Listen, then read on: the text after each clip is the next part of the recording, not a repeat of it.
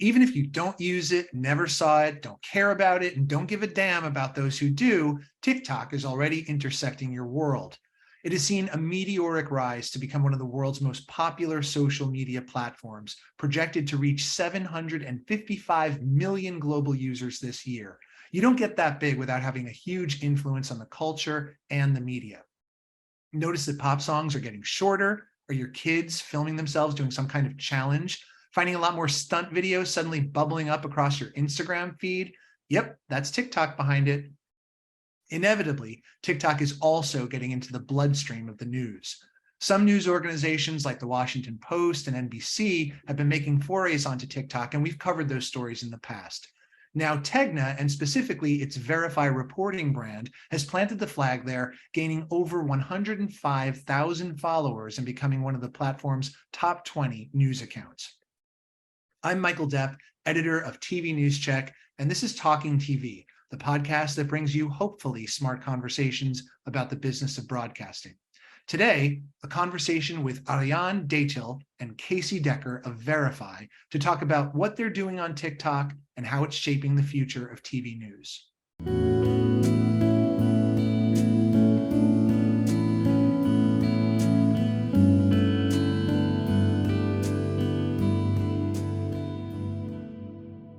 Talking TV is brought to you by Futuri, whose Post for TV podcasting system is specifically designed for the needs of TV broadcasters. Post for TV makes going from newscast to podcast an effortless transition. It enables broadcasters to create, publish, analyze, and monetize both broadcast on demand and original podcast series from the same platform. Post for TV is a powerful system for capturing podcast opportunities in a turnkey fashion. It ingests and automatically edits newscast audio for optimum fidelity and publishes blocks or full newscasts to on-demand audio platforms. You can learn more about Post for TV at futurimedia.com/post4tv.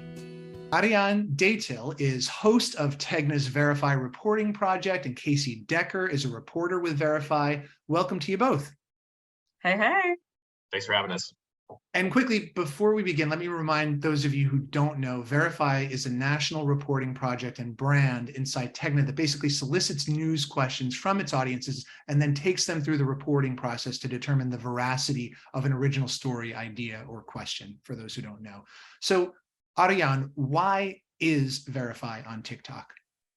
That is where a lot of misinformation starts, and it spreads so quickly. You said in your open how big TikTok got so quickly, and that is how quickly information spreads on that app. You see one video and it's incorrect, your algorithm is like, want some more? I'll feed you it. Okay, well, that makes sense. So where does TikTok sit inside of the hierarchy of social media that Verify also uses, like YouTube or Facebook? Casey can confirm this too. It is at the tippity top. We make sure that we get our content onto Verify as quickly as possible so that, one, we are debunking that misinformation as quickly as we can so that we can get it off, or at least push it down in that algorithm and we can get the truth higher up. But when it comes to social media in general, we kind of spread it all the way across. So we're on Instagram, we're on Twitter, we're on Facebook. When it's for me and Casey, TikTok is king or queen. Okay. So Casey, what do you know about who is following you there and what they want to see? I know that they're intelligent. I think that the people on our TikTok audience are more engaged with news and more thoughtful about news than pretty much any audience that we have across any of our other platforms. The questions that we get on there, the comments that we get on there I'm stunned by how often they're things that came up deep in our own research into the reporting in general, where we're like, okay, that's a pretty nuanced detail that maybe we don't need to get into. Maybe somebody will ask it, but we don't know. It gets asked almost every time. And so I'm always really impressed and appreciative of how engaged and thoughtful our viewership on TikTok is. There's very comparatively few, cheap shots or like people just arguing. Every platform is going to have some of that. But a lot of the time people are coming into our videos with like genuine follow-up questions and other things they want us to look into. And to me, that's like the holy grail of what you can ask for on a social media platform. So that's sort of their intellectual profile. What about like demographically? Are they kids? Do you have any sense of an age range of the people who are tending to find you there? I know they're not old. They're definitely not as old as our other platforms. I don't think they're quite as young as people generally associate TikTok with. Because the thing is, even though TikTok is considered to be a kind of a kid's app, I think it's like you said, it's basically the #1 app in the world. It's the #1 website in the world. I think recently there was information that more people, or TikTok gets more views than Google even does now in terms of just web views. And so more and more people are using it. People across demographics are using it, but it definitely skews younger compared to Facebook. Everything skews younger compared to Facebook. And I think it skews younger compared to pretty much any of our other platforms. But I don't think it's all like teenagers. We definitely get, adults with jobs commenting and engaging with our platform very frequently. Do you have a sense, or are you able to get a sense that these are people who consume news in any other form or on any other platform? I think they absolutely are. I think most of our viewers, we are not the only news account that they follow. I think their For You pages are probably fairly dominated by news. And that's why they're able to ask such engaging, thoughtful questions, is because they are engaged with the news. And I think that's definitely an aspect of our TikTok viewership that I think we see across other platforms too. Generally, people who are going to engage with Verify on the internet are also engaged with other accounts. I think that has to do with the nature of our content too. We are fact checking something that has already made a splash somewhere. So chances are you've heard this piece of misinformation and you're coming to us to make sure that you got the right information about it. And so to Casey's point, we know people are looking at other sources because when they come to us, they're either saying, oh, you know what? I thought that was wrong when I heard it the first time, or, oh, thanks for clarifying that really small point that Casey pointed out earlier, that minute detail about something. They already know it and they wanted to make sure that it was true or false.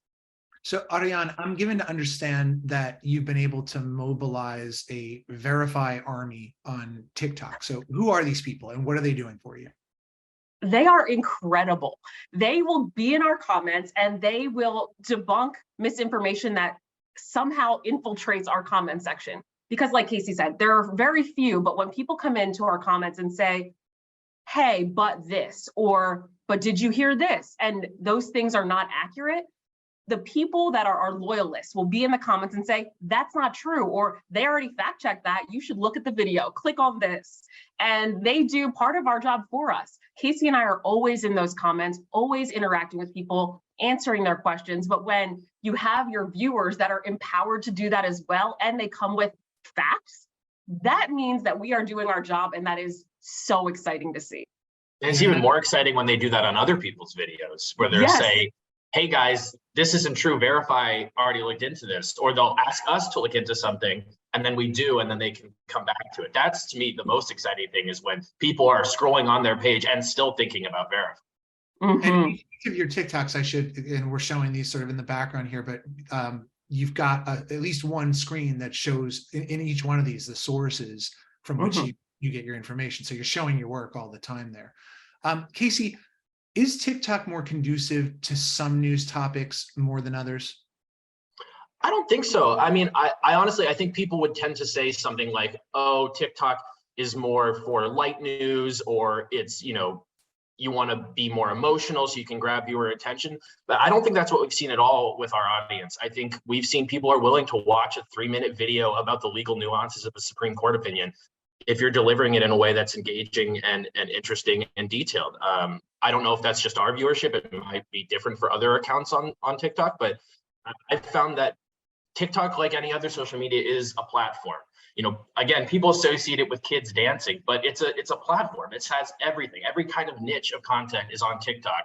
You could spend your entire TikTok career just watching videos about maritime law or something like that, depending on whatever your For You page decides that you like. And so if, like a lot of our viewers, the For You page decides that you are interested in news and politics content, you're going to see our videos and you're going to watch them. You're going to watch, most of it. And so I think it doesn't really matter what the subgenre of news is. I think it more is about how you deliver it. And I think that's a strength of ours.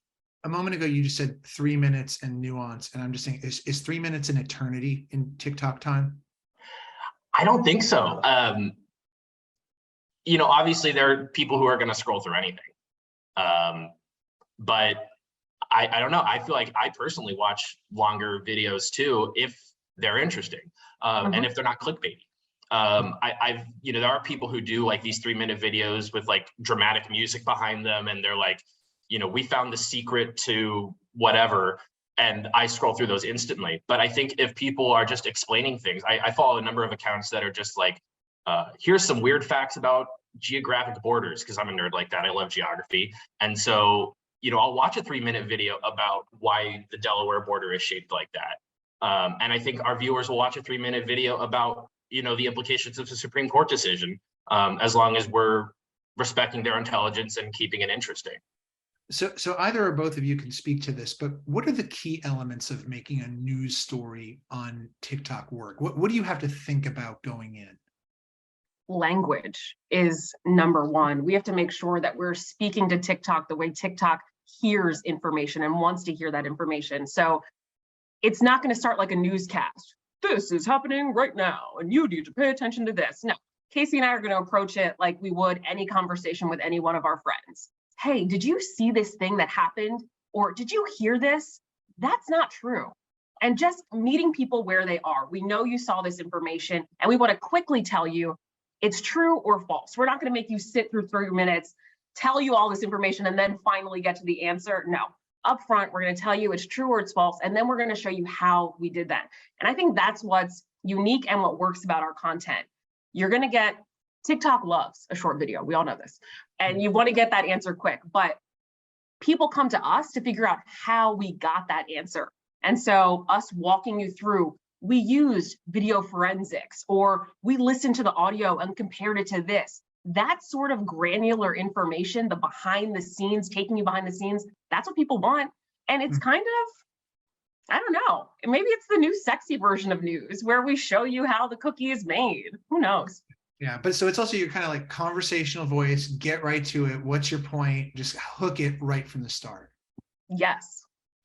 So what are the biggest faux pas that you can make on the platform? Where do people get it wrong trying to do news or something like news? Casey, can I start and then you can go? Absolutely. We did so many of the wrong things to start off. We tried to lean into every single trend. They had me out there dancing and doing all sorts of random stuff.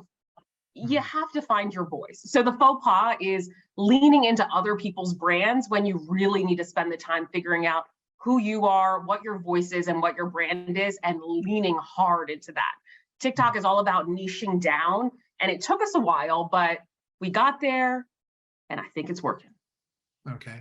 Casey, you want to add to that? Yeah, that's 100% it, is not trying to copy other people's niches, because they already have it. They already have their viewers, and they're not going to leave. They do it better. They've done it longer. So if you try to copy them, you're at best going to get a mirror image, a smaller version of what they've already done. So you have to come in with your own thing, and it has to be a clear thing. And I think it's one of the benefits that Verify has, not even just on TikTok, everywhere, is that our brand is right there. It's Verify. It's pretty obvious what we do right from the jump. And so it doesn't take long. You don't even have to watch the 3-minute video the first time to know what we are. You can watch a few seconds to be like, I don't know if that's for me, and scroll. And then the next time you come up, you think, oh, okay, I remember these guys.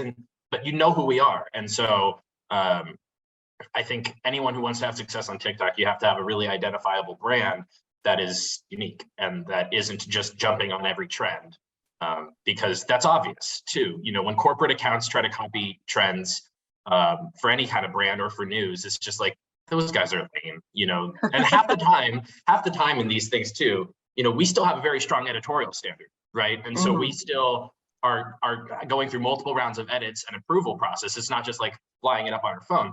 And so if we tried to follow trends, it's not necessarily that we would be able to get it up before the trend's over.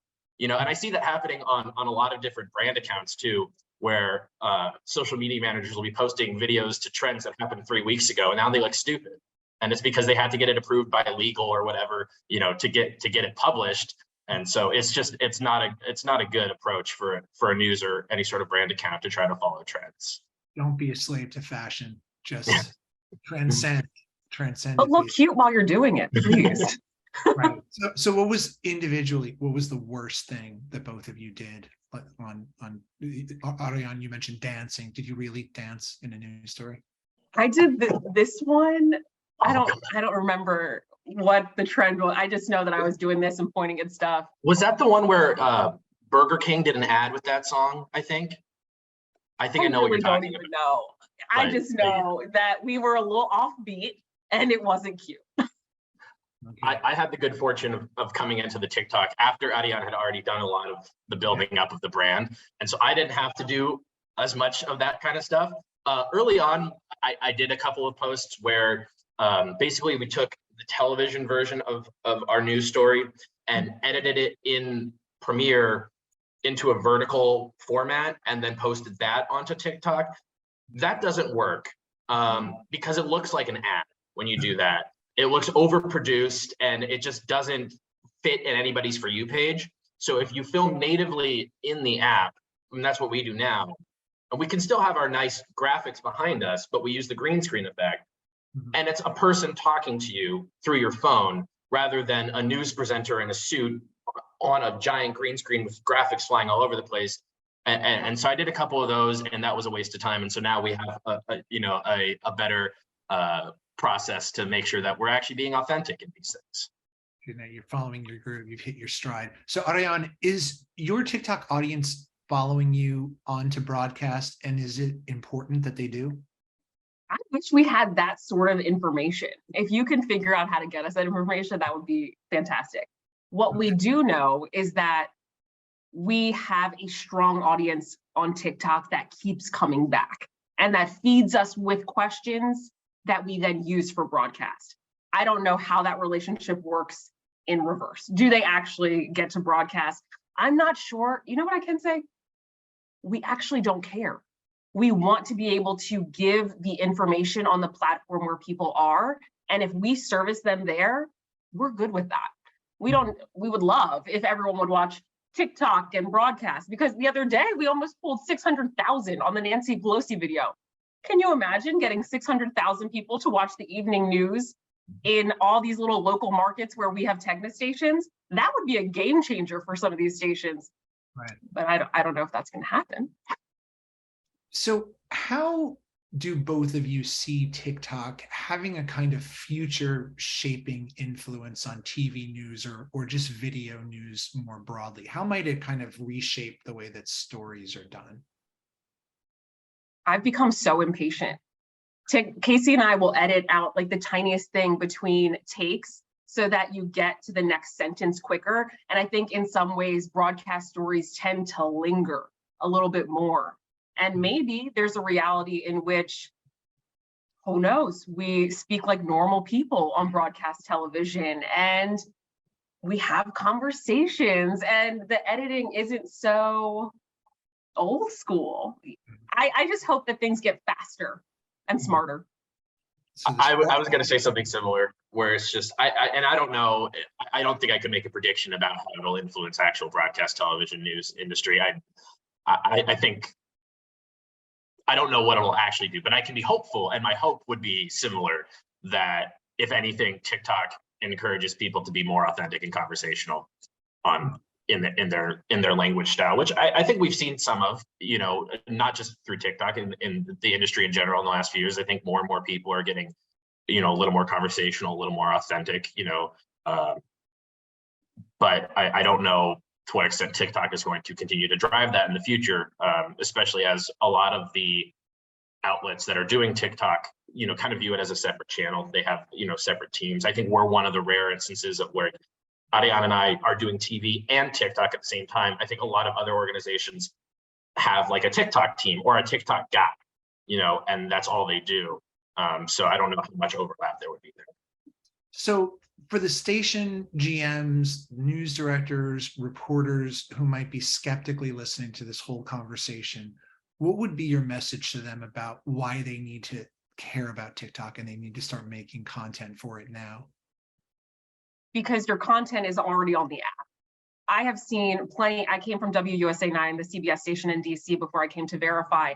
And there are plenty of people on TikTok posting green screen stories with a WUSA 9 article in the background, talking you through the news that your station created, and you don't have any ownership of that. stations need to take ownership of the work that they're doing and make sure that they're on those apps to kind of safeguard it, and to know that the story that they worked so hard to get is being delivered with the same authenticity and journalistic integrity that they intended it to be.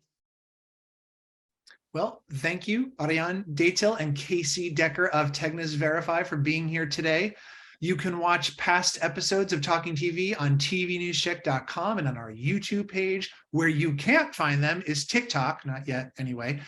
But thanks to everyone for watching and listening, and see you next time. Thanks, guys. Thanks, Michael. Bye. A new episode of Talking TV is available most Fridays on tvnewscheck.com. You can also listen and subscribe on YouTube, Apple Podcast, Google Podcast, and Spotify.